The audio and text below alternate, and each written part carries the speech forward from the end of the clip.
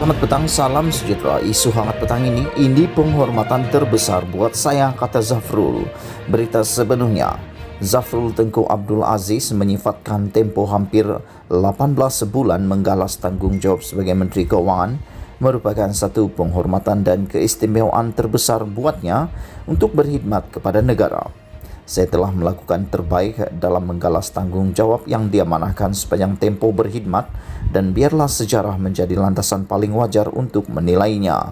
Ia merupakan satu penghormatan dan keistimewaan terbesar untuk berkhidmat kepada negara, katanya. Dia mengakui tempoh hampir 18 bulan adalah tempoh yang amat mencabar bagi tim MOF untuk mengimbangi antara nyawa dan kehidupan di samping memastikan kelangsungan perniagaan dan ketahanan ekonomi semasa pandemik COVID-19. Sebagai seorang yang datang dari latar belakang korporat, saya benar-benar kagum dengan melihat kesungguhan para penjawat awam dalam melaksanakan amanah negara yang bertugas tidak mengira hari dan waktu. Malah ramai yang sering terpaksa bermalam di pejabat melaksanakan segala urusan mentadbir urusan keuangan negara, lebih-lebih lagi dalam masa yang amat mencabar ini, katanya dalam catatan di laman Facebooknya malam tadi. Tengku Zafrul berkata, dengan semangat kerjasama inilah pelbagai pakej rangsangan ekonomi, langkah dan dasar telah dilaksanakan. Saya ingin mengucapkan ribuan terima kasih kepada semua warga Kementerian Keuangan dan agensi-agensi berkaitan yang telah banyak membantu saya mengemudi kementerian dalam usaha kita menentang COVID-19, katanya. Tengku Zafrul telah dilantik sebagai Menteri Keuangan pada 9 Mac selepas Muhyiddin Yassin mengangkat sumpah sebagai Perdana Menteri ke-8 negara. Tengku Zafrul bersama anggota kabinet yang lain telah meletak jawatan hari ini. Saya juga ingin berterima kasih kepada rakyat yang telah menyokong usaha Kementerian Keuangan sepanjang saya menggalas tugas sebagai Menteri Keuangan, katanya.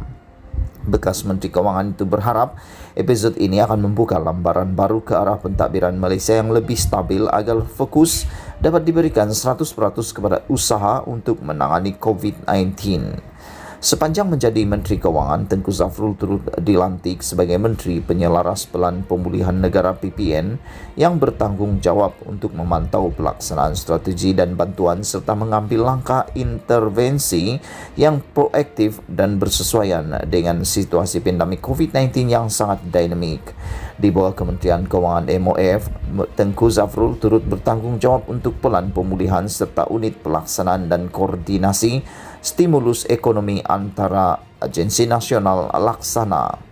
Sepanjang tempohnya di Kementerian Kerajaan, telah melaksanakan 8 pakej bantuan dan rancangan ekonomi bernilai RM530 bilion untuk menangani krisis kesehatan sejak pandemik COVID-19 diumumkan tahun lepas. Pakej rangsangan ekonomi itu ialah Pakej Rangsangan Ekonomi 2020, Pelanjana Semula Ekonomi Negara Penjana, Pakej Rangsangan Ekonomi Prihatin Rakyat Prihatin, Pakej Rangsangan Ekonomi Prihatin PKS Tambahan, Pakej Kerangka Inisiatif Tambahan Prihatin Kita Prihatin, Pakej Bantuan Perlindungan Ekonomi dan Rakyat Malaysia Permai, Program Strategi Memperkasa Rakyat dan Ekonomi Pemerkasa, Pemerkasa Tambahan serta Pakej Perlindungan Rakyat dan Pemulihan Ekonomi Pemulih. Tengku Zafrul yang juga seorang senator sebelum ini merupakan Ketua Pegawai Eksekutif Kumpulan dan Pengarah Eksekutif CIMB Group Holding Sdn Berhad. Dia juga merupakan penasihat kepada Presiden Tenaga Nasional Berhad sebelum menyertai CIMB Investment Bank Berhad.